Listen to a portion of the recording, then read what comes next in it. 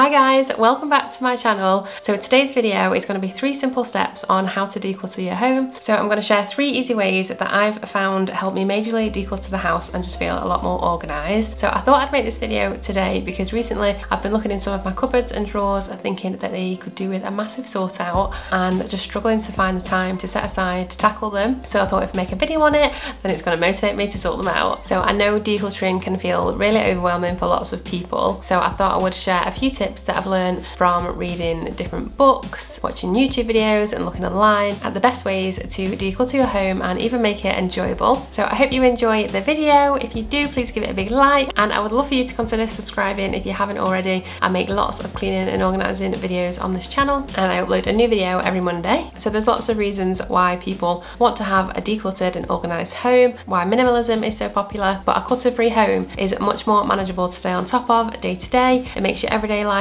a lot easier and you haven't got clutter everywhere that isn't serving a purpose and just stressing you out every time you look at it, and you keep thinking to yourself, I need to set time aside to sort it out, and you just never get around to it. So I know personally I feel a lot happier when I've done a declutter and I feel like everything's got a place and it brings like a sense of calm into my life. Like the saying goes, is it tidy space, tidy mind, or tidy house, tidy mind? But that is so true for me. So my first tip will be to make a plan. So no matter how cluttered your house is or if it's just a couple of drawers that you need to tackle, if you have a bit of a plan in place and a goal of what you want to achieve, you're much more likely to do it. So the way I like to do this is just to walk into each room in the house, have a look at anything that I think needs a good declutter, and just make a little list of what it is that I need to declutter. Because if you don't make a list and you're just relying on your mind will get overwhelmed by the rooms in the house, how many cupboards there are, what there is to declutter, and it feels like this huge job. So if you make a list and you've got a bit of a plan, you'll know where you want to start first. I'd recommend starting on something small, so maybe a drawer, because you'll easily be able to accomplish it and you might be able to sort it out in 20 minutes, and the great feeling of accomplishment you'll get when it's done will hopefully motivate you to carry on and do more. And also by making a plan and a list of the things that you want to declutter, you're not wasting time overthinking it and procrastinating. Definitely don't go out and buy storage containers until you've had a big declutter and you know exactly what you need. And also on making a plan,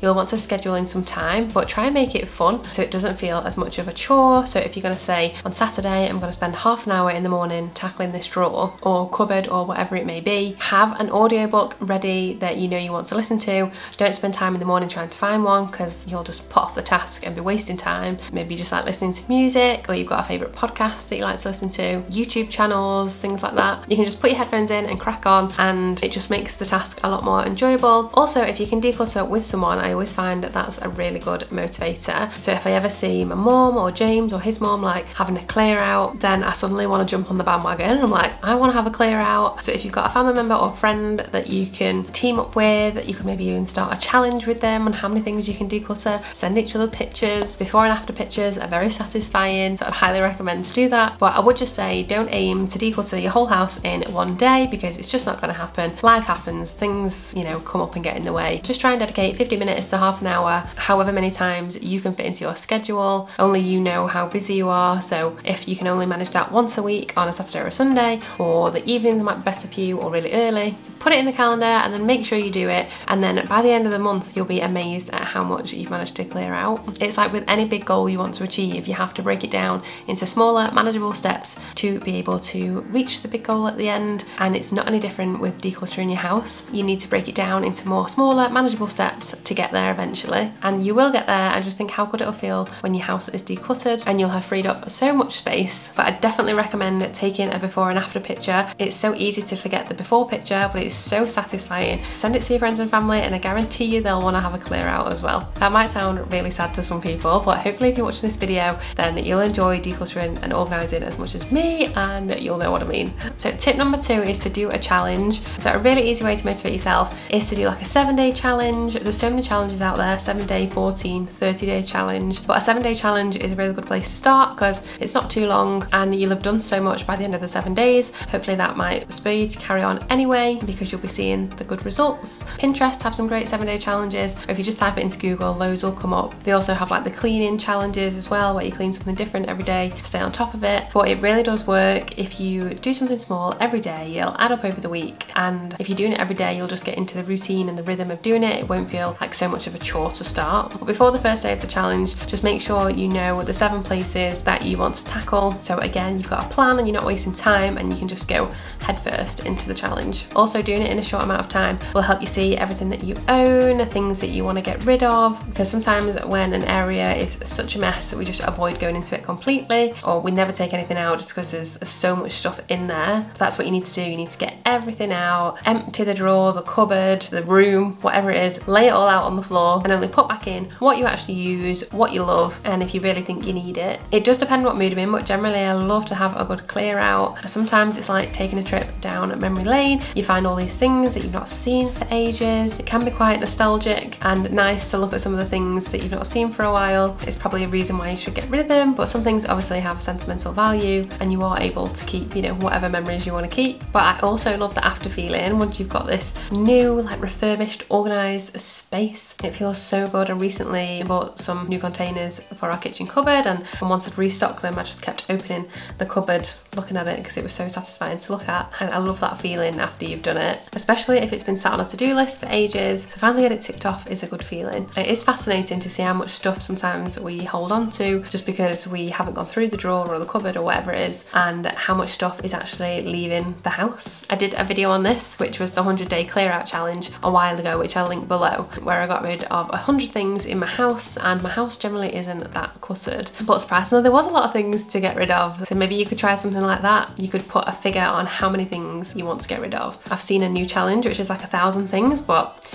I'm not sure I can get rid of 1,000 things. Just on that note, if there is any challenge videos or cleaning, organising videos that you would like me to do, please let me know. I always like getting recommendations from you guys. And tip number 3 is the ultimate decluttering process, which is to make 3 piles or 3 baskets, which are labelled bin, keep and donate. So if you've seen Stacey Solomon's Sort Your Life Out programme, it's a bit like that, where they have it all laid out on the floor. Obviously not to that scale. You could just do it in your living room or your bedroom. You could just even use bin bags or boxes if you've got them, and literally just like that, just put a little label on them so you don't forget which is which, and you're not putting bin things and the keep things, etc. So you're just gonna label one keep, bin, donate, and then as you're sorting through things, you can just chuck them into those piles. It makes it really straightforward at the end to see exactly what you're gonna donate, what you're gonna put in the bin, and what you're gonna keep. It's also a very satisfying feeling to actually see it in front of you. But to help with the process of deciding what's gonna go in what pile, setting a timer can really boost your urgency to get things done ASAP. You know, like I mentioned before about going down memory lane, well, that's where I always go wrong, because I spend so long reading things, looking at pictures. But no, we're not gonna do that. If we've made a plan or we're doing a challenge, we're sticking to it, no distractions, and that's why a timer can massively help sometimes. So if you've allocated yourself 15 minutes, you're gonna set a 15-minute timer on your phone, press go, look at the task in front of you, and just get going. The more time you give yourself to think things over, the longer it takes you, and the longer you'll probably put it off. So set the timer, and when it goes off, finish the task and maybe move on to something else if you want to. If you really don't want to do it that badly, if you think, well, I'm only gonna spend 20 minutes doing this, only 20 minutes of my life, then once it's finished, once the timer goes off, you can stop and then come back to it another day. So I know I need to organise my cupboard upstairs, and it's definitely not a 15-minute job. So what I might do is set myself an hour on Saturday morning and give myself that time to organise it, and that way I'm not going to go through every makeup products I've got in there, flick through every book I've got, you know, fold the towels neatly. No.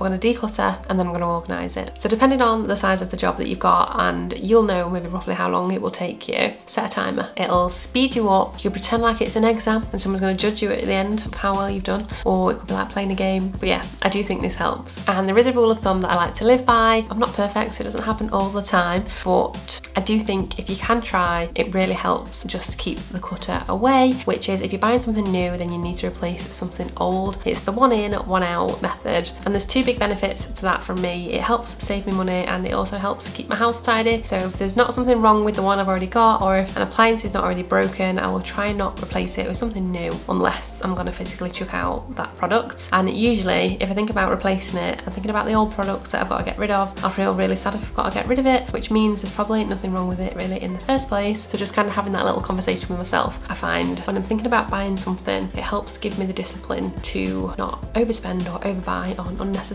things. It usually helps me realise that my money could go to much better uses and it would potentially be wasted. I also like to sleep on things for 24 hours, sometimes 48 hours, and then if I'm still thinking about it, I'll go back and buy it, and if it's not there, then it's not meant to be. Just little quirks, you know, but it might help you to do the same. But we're all human, we've got to treat ourselves every now and then, but life's for enjoying. It's just all about moderation, isn't it? But anyway, I feel like I'm really rambling now, so I'm gonna end the video here. I really hope you enjoyed this video. If you've got any before and after pictures, I'd love to see see them. I'm by no means an expert in this area. My house is definitely not fully decluttered and organised and clean all of the time. It's just things I've learned along the way from having my own interest in reading about these things and just how to make it easier to stay on top of in day-to-day life. So I hope you enjoyed. Thank you so much for watching, and I will see you on Monday at 7 for a brand new video. Thanks guys, bye!